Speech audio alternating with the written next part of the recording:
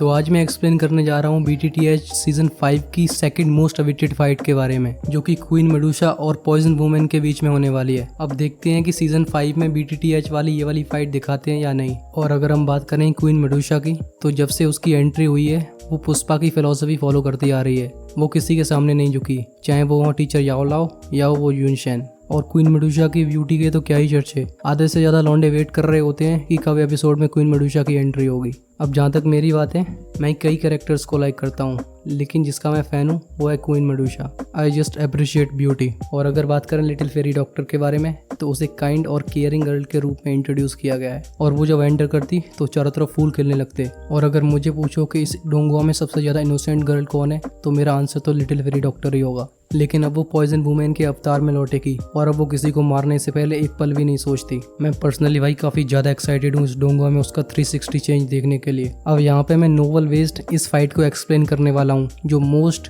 Probably इस डोंगुआ में भी फॉलो होगी। अब दोनों की क्यूटनेस और हॉटनेस अलग ही लेवल पे है, तो मैं पर्सनली किसी को लेके बायस्ड नहीं रहूंगा। जैसा कि हमने पिछले एपिसोड में देखा, जियान ने मिस्टी क्लाउड सेक्ट को डिसबैंड करवा दिया था, जिसकी वजह से शाओ फैमिली के पूरे जामा एम्पायर में चर्चे फैल गए। लेकिन जामा एम्पायर को प्रोटेक्ट करने के लिए जियान एक अलायंस को क्रिएट करता है, जिसका नाम यान अलायंस होता है, जो कि धीरे धीरे करके पूरे जामा एम्पायर का एक लीडर बन जाता है। और दूसरी तरफ पॉइजन सेक्ट की पिछले कुछ सालों में बहुत ज्यादा तेज ग्रोथ हुई थी। पॉइजन सेक्ट में 4 डाओजोंग्स थे। अब इतनी पावर होने की वजह से वो अपनी टेरिटरी को और ज्यादा एक्सपेंड करना चाहते थे, तो उनने अपने पंजे जामा एम्पायर की तरफ बढ़ाने शुरू कर दिए। और जब ये फाइट होने वाली थी तो वहाँ पे जियान अवेलेबल नहीं था, और उस समय जियान पूरे यान अलायंस की रिस्पॉन्सिबिलिटी क्वीन मेडुसा को देके जाता है। और क्वीन मेडुसा जियान की होप्स को बिल्कुल भी वेस्ट नहीं करना चाहती थी, जिसकी वजह से वो पूरे पॉइजन सेक्ट पे अकेले ही हमला बोल देती है। लेकिन उनके 4 डाओजोंग्स में एक डाओजोंग काफी ज्यादा पावरफुल था, जिसकी वजह से क्वीन मेडुसा को कुछ इंजरीज को फेस करना पड़ता है।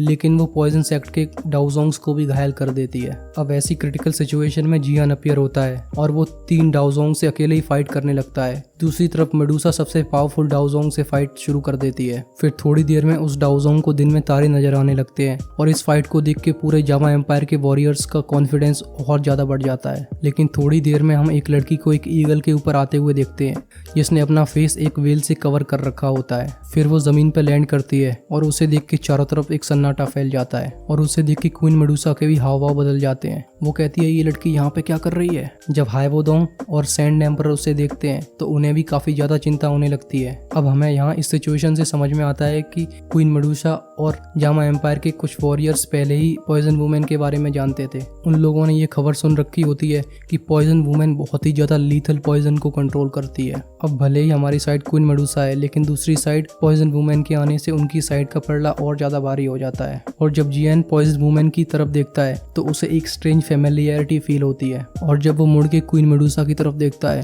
तो क्वीन मेडुसा के मुंह के 12 बजे हुए थे। वो काफी ज्यादा टेंशन और गुस्से में दिख रही थी, और इस तरीके से रिएक्ट करते क्वीन मेडुसा को जियान ने बहुत ज्यादा कम बार देखा था। तो जियान क्वीन मेडुसा से पूछता है कि तुम्हारे चेहरे के रंग क्यों बदले हुए हैं। तो क्वीन मेडुसा बताती है कि मैं इस पॉइजन वुमेन से एक बार पहले फाइट कर चुकी हूँ। वो बताती है कि ये भी काफी ज्यादा स्ट्रॉन्ग डाओजोंग है। तो जियान पूछता है क्या तुम इसे हरा सकती हो, जिसका आंसर करते हुए क्वीन मेडुसा कहती है कि पॉइजन वुमेन को मेरे लिए हराना काफी ज्यादा मुश्किल है। अब क्वीन मेडुसा की ये बात सुन के चारों तरफ एक सन्नाटा फैल जाता है। जियान को भी ये बिलीव नहीं हो रहा था कि क्वीन मेडुसा इस चीज को एक्सेप्ट कर रही है। क्वीन मेडुसा आगे बताती है कि मेरे जीतने के चांस 50-50 है। अब इस बात को सुनकर जियान अपनी रिंग से एक पिल को निकालता है और उसे क्वीन मेडुसा को दे देता है, जिसे खाने के बाद क्वीन मेडुसा की पावर एक बार फिर से राइज होने लगती है। और फिर पॉइजन वुमेन और क्वीन मेडुसा के बीच में फाइट शुरू हो जाती है। इस फाइट में दोनों के पावर लेवल्स काफी ज्यादा सेम लग रहे थे, और जब वो लात घूंसों की फाइट करना शुरू करती हैं तब भी किसी को एडवांटेज नहीं मिलता है। जब क्वीन मेडुसा और पॉइजन वुमेन के बीच में फाइट हो रही होती है तब जियान अकेले ही 4 डाओजोंग से भिड़ रहा होता है, जिसे देख के क्वीन मेडुसा को जियान की चिंता होने लगती है, और जिसकी वजह से वो कई बार डिस्ट्रैक्ट हो जाती है। और हम क्वीन मेडुसा को कई बार सप्रेस होता हुआ देखते हैं। फाइट करते करते क्वीन मेडुसा अपने मन में सोचती है कि जियान अभी अकेले ही 4 डाओजोंग से फाइट कर रहा है।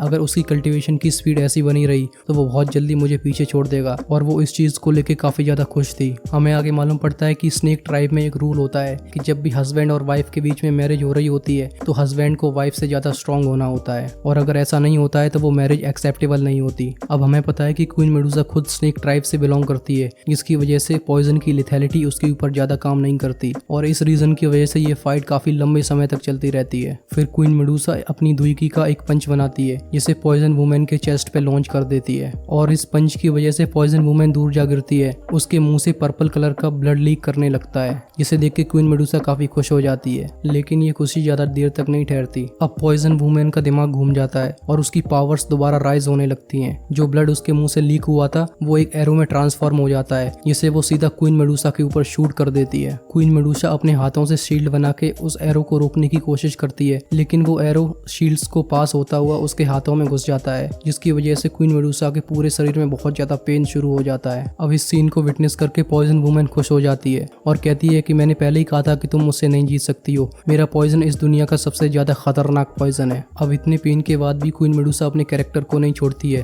वो सीधा पॉइजन वुमेन के ऊपर हमला कर देती है, लेकिन तभी पॉइजन वुमेन के मुंह से वो मास्क हट जाता है और जियान की नजर उसके चेहरे पे पड़ जाती है। फिर जियान कहता है ये तो लिटिल फेरी डॉक्टर है। जियान सोचता है कि इस फाइट को मुझे बहुत जल्दी रोकना होगा और फिर वो जैसे तैसे करके उन डाओजोंग से बच के उन दोनों के बीच में अपीयर होता है। अब लिटिल फेरी डॉक्टर को तो जियान के बारे में पता होता है, लेकिन क्वीन मेडुसा को ये समझ में नहीं आता है कि जियान उन दोनों की फाइट क्यों रोक रहा है। फिर जियान अपने 1500 IQ का यूज करके इस मैटर को सॉल्व करता है और उन दोनों को एक्सप्लेन करता है, जिसकी वजह से ये फाइट रुक जाती है। अब इस फाइट की डिटेल में मैं इसलिए नहीं गया हूँ क्योंकि हो सकता है कि सीजन 5 में इस फाइट को दिखाया जाए, और अगर ऐसा नहीं होता है तो इस सीजन के बाद BTTH की पूरी नोवेल की मैं एक सीरीज लाऊंगा, जिसके लिए आप इस चैनल को सब्सक्राइब करके रखो और ये एक्सप्लेनेशन कैसी लगी ये कमेंट में बताओ। तब तक के लिए मजे करो। I am Shivam, signing off.